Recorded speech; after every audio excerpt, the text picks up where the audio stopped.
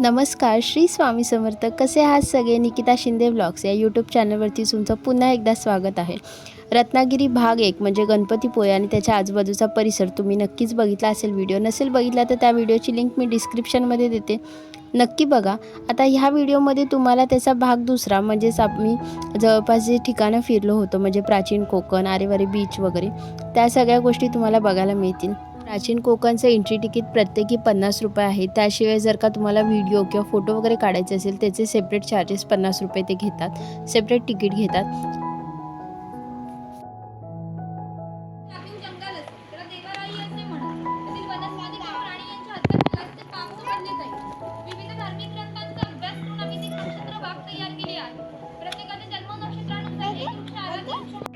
आणि या सुंदर कोकण प्रदेशची निर्मिती केली. या कोकण प्रदेशालाच परशुराम भूमी असे म्हणतात. कोकणामध्ये लाल रंगाचं एंट्री केल्यावर तुम्हाला छान अशी वेगवेगळी झाडं बघायला मिळतील. प्रत्येक झाडाचं वैशिष्ट्य, त्याचं नाव काय, या सगळ्याची पाटी त्या प्रत्येक झाडावर लिहिलेली आहे. कोकणाला परशुराम भूमी असं देखील म्हणतात. त्यानंतर मग त्याविषयी आपल्याला गाईड थोडीफार माहिती सांगते. त्यानंतर ही जी गुहा आहे ही आहे काळाची गुहा. त्या गुहेतून आपण बाहेर पडल्यावर कोकण काही वर्षांपूर्वी म्हणजे अगदी सुरुवातीच्या काळात कसं होतं, त्या कोकणामध्ये राहणारी वेगवेगळी लोक, त्यांचं राहणीमान असेल किंवा कोकणामधल्या वेगवेगळ्या गोष्टी, ह्या सगळ्या गोष्टी तुम्हाला बघायला मिळतील.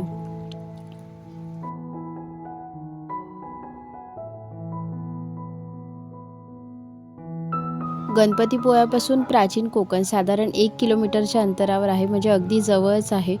आणि हे संपूर्ण 3 एकरच्या जमिनीमध्ये पसरलेलं आहे. तिथे तुम्हाला कोकणातल्या वेगवेगळ्या गोष्टी बघायला मिळतील, वेगवेगळी झाडं बघायला मिळतील. जसं इथे पाहू शकता मसाल्यांचे झाडं.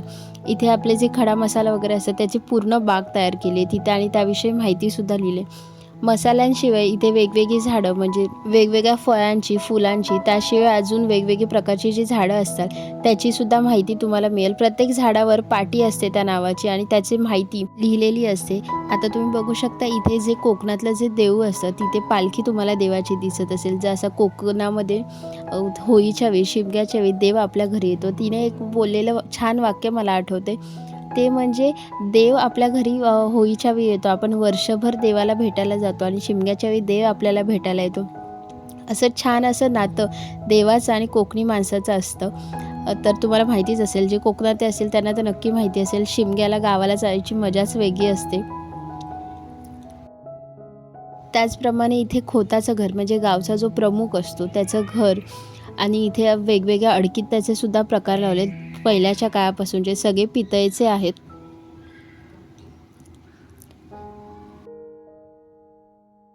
थोडक्यात काय तर पूर्वीच्या काळी कोकणामध्ये वेगवेगळ्या प्रोफेशन्स जे असायचे, म्हणजे कुंभार असेल, सुतार वगैरे असेल, ते सगळे काय काम करायचे किंवा कुठल्या कुठल्या वस्तू वापरायचे, कसे करायचे, त्या सगळ्या गोष्टी. आता इथे शेतकऱ्याच्या घरात गौरी गणपती बसलेत हे दाखवलं आहे. धान्य साठवण्यासाठी पहिले कणगी वापरायचे, त्याच्यामध्ये धान्य साठवायचं ते सुद्धा दाखवलं आहे. त्याशिवाय इथे कुंभार म्हणजे वेगवेगळ्या मूर्त्या बनवायचे किंवा मातीची भांडी वगैरे बनवायचे ते सगळं दाखवले. कोकणामध्ये जे सोनार किंवा काही असेल, कुठलंही प्रोफेशन असेल, ते लोक कसे करायचे, कुठल्या वस्तू वापरायचे, कशा पद्धतीने बनवायचे, त्या सगळ्या गोष्टीचे इथे चित्र रेखाटलेलं आहे. आणि जी गाईड असेल ती तुम्हाला प्रत्येक गोष्टीची डिटेलमध्ये माहिती देईल. जसं सुतार, आता सुतार ज्या लाकडाच्या वस्तू बनायचे पहिल्याच्या काळात तर खूप खेळणी वेगवेगळी लाकडाचीच असायची, त्या सगळ्या गोष्टी इथे दाखवल्या आहेत. खेळणी दाखवली तिथे बनवलेली. प्रत्येक जागेविषयी तुम्हाला ती गाईड संपूर्ण माहिती देते. गाईडचे काही चार्जेस सेपरेट असे नसतात, ते आपण तिकीट काढतो त्याच्यातच ते चार्जेस इन्क्लुडेड असतात. जसं तेली असेल तर मग तेल कसं तयार करतात, त्याचं मशीन कसं यूज करतात, त्या सगळ्या गोष्टी तिथे ती गाईड आपल्याला डिटेलमध्ये सांगते.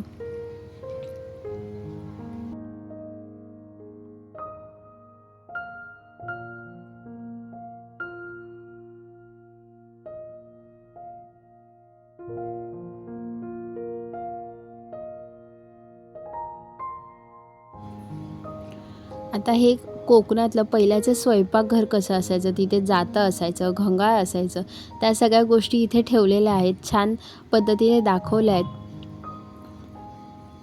त्याशिवाय मच्छी बाजार म्हणजेच म्हावरं बाजार, अशा वेगवेगळ्या गोष्टी आपल्याला तिथे सगळ्या बघायला मिळतात.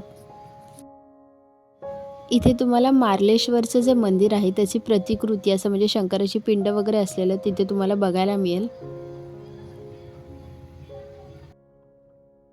त्याशिवाय तिथे सगळ्या गोष्टी फिरून झाल्यानंतर वेगवेगळ्या ठिकाणांची माहिती घेतल्यानंतर इथे फोटो काढायसाठी अशी त्या लोकांनी थीम वगैरे ठेवली आहे, फळं वगैरे त्या सगळे थीम ठेवली आहे. तिथे आपण जाऊन फोटो काढू शकतो.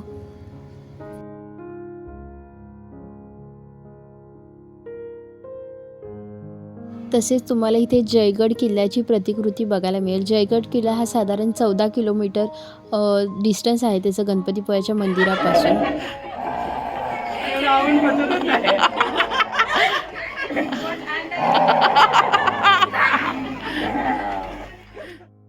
तिथे थोडे फोटो आणि व्हिडिओ काढून त्यानंतर मग आम्ही पुढे गेलो. तिथे होतं शंख प्रदर्शन. यामध्ये वेगवेगळ्या प्रकारचे शंख, शिंपले त्या सगळ्याची माहिती दिलेली होती. तिथे जे गाईड असतात ते तुम्हाला ती गोष्ट एक्सप्लेन करून सांगतात.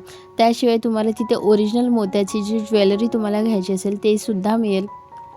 आणि शंख, शिंपले तुम्हाला जे काही विकत घ्यायचं असेल तिथे विकत सुद्धा वस्तू मिळतात, त्यासुद्धा तुम्ही घेऊ शकता. आणि त्यानंतर मग आमचं सगळं फिरून झालं. प्राचीन कोकण साधारण 3 एकरमध्ये आहे. ते सगळं फिरून झाल्यानंतर मग आम्ही आता रिटर्न निघालेलो.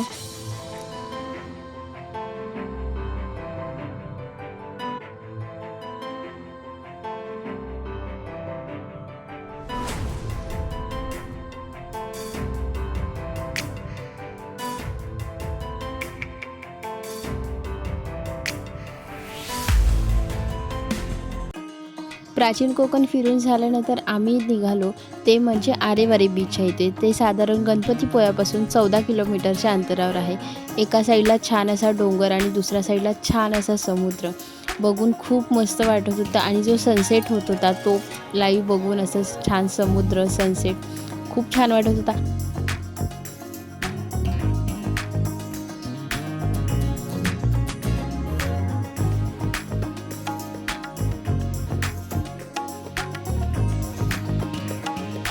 आरेवारे बीच हे नाव जरी एकत्र घेतलं गेलं तरीसुद्धा एकाच डोंगराच्या 2 बाजूला वसलेले हे 2 समुद्रकिनारे आहेत.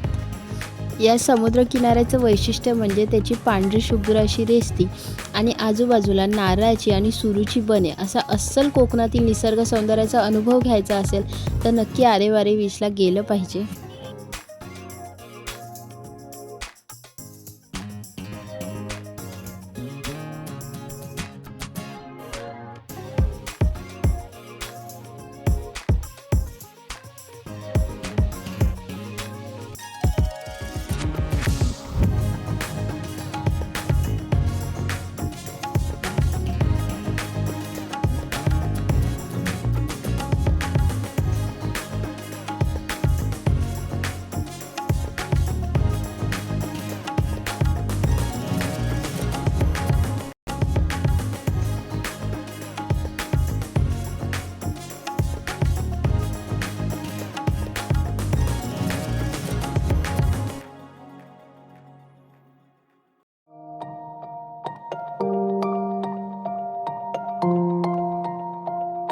आम्ही तिथे जरा वेळ थांबलो, चहा वगैरे घेतला आणि त्यानंतर मग आम्ही बीचकडे गेलो.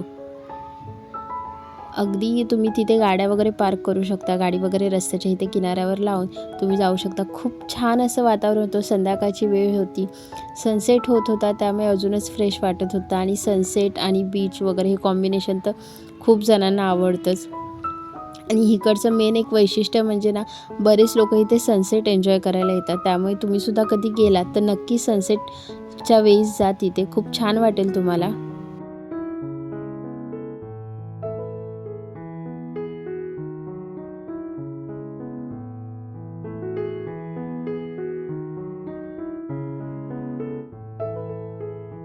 या समुद्र किनाऱ्यावर झीप लाईनसुद्धा सुरू करण्यात आली आहे. हे तुम्ही बघू शकता व्हिडिओमध्ये. त्याशिवाय हा समुद्र किनारा खूप छान आहे, स्वच्छ आहे आणि वातावरणसुद्धा खूप छान आहे. मस्त वाटलं. त्याच्या आजूबाजूला जी नारळाची वगैरे मोठी मोठी झाडं आहेत आणि हा आपला समुद्र किनारा आणि हा असा मस्त असा सूर्यास्त.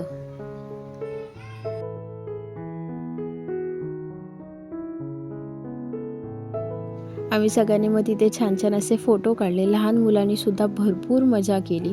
छान समुद्रकिनारा अनुभवला. त्याशिवाय हा सनसेट एन्जॉय केला. छान फोटो सेशन्स वगैरे आमचे झाले. त्यानंतर मग आम्ही परतीचा प्रवास गाठला. आरेवारी बीचचं सगळ्यात महत्त्वाचं वैशिष्ट्य म्हणजे त्याचं शुद्ध पाणी आणि सफेद रेती. त्याशिवाय बरेच पर्यटक इथे सनसेट एन्जॉय करायला येतात. रोजच्या बिझी लाईफमधून आपण थोडा तरी वेळ असा स्वतःसाठी काढला पाहिजे. कुठेतरी चेंज होऊन थोडंफार फॅमिलीसोबत फिरायला गेलं पाहिजे. खूप छान वाटतं. त्या निसर्गरम्य वातावरणात मिक्स व्हायला खूप मस्त वाटतं. माइंड फ्रेश होतो, चेंज मिळतो आपल्याला. त्यासाठी तुम्ही नक्की असं कधीतरी कुठेतरी फिरायला जात जा. हा असा होता आपला आजचा व्लॉग. कसा वाटला? पार्ट 1 बघितला नसेल तर त्याची व्हिडिओची लिंक मी डिस्क्रिप्शनमध्ये देते. नक्की जाऊन पार्ट 1 सुद्धा बघा आणि कमेंट करून सांगा कसा वाटला व्हिडिओ. आजसाठी एवढंच. आपण पुन्हा भेटू नवीन दिवशी नवीन ब्लॉगसहित. काळजी घ्या स्वतःची. Bye bye.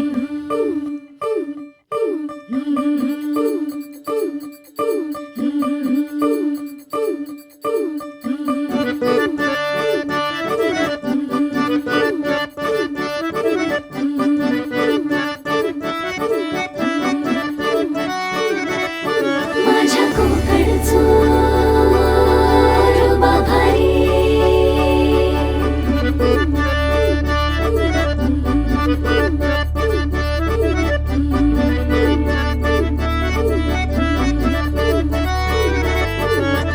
कोकणचो रुबा भारी, माझ्या कोकणचो बाई तो रो भारी. दिसते भारी गणपतीची स्वारी अन आला धादिस मामाच्या घरी. मालवण चिपळूण सावंतवाडी, माझ्या कोकण गावांचो दिमाग भारी. दिसते भारी गणपतीची स्वारी, माझ्या कोकणा वाटे तुम्ही वलवा गाडी. धमाधमान हाका गाडी, माझ्या कोकणचो रस्तो नागमोडी.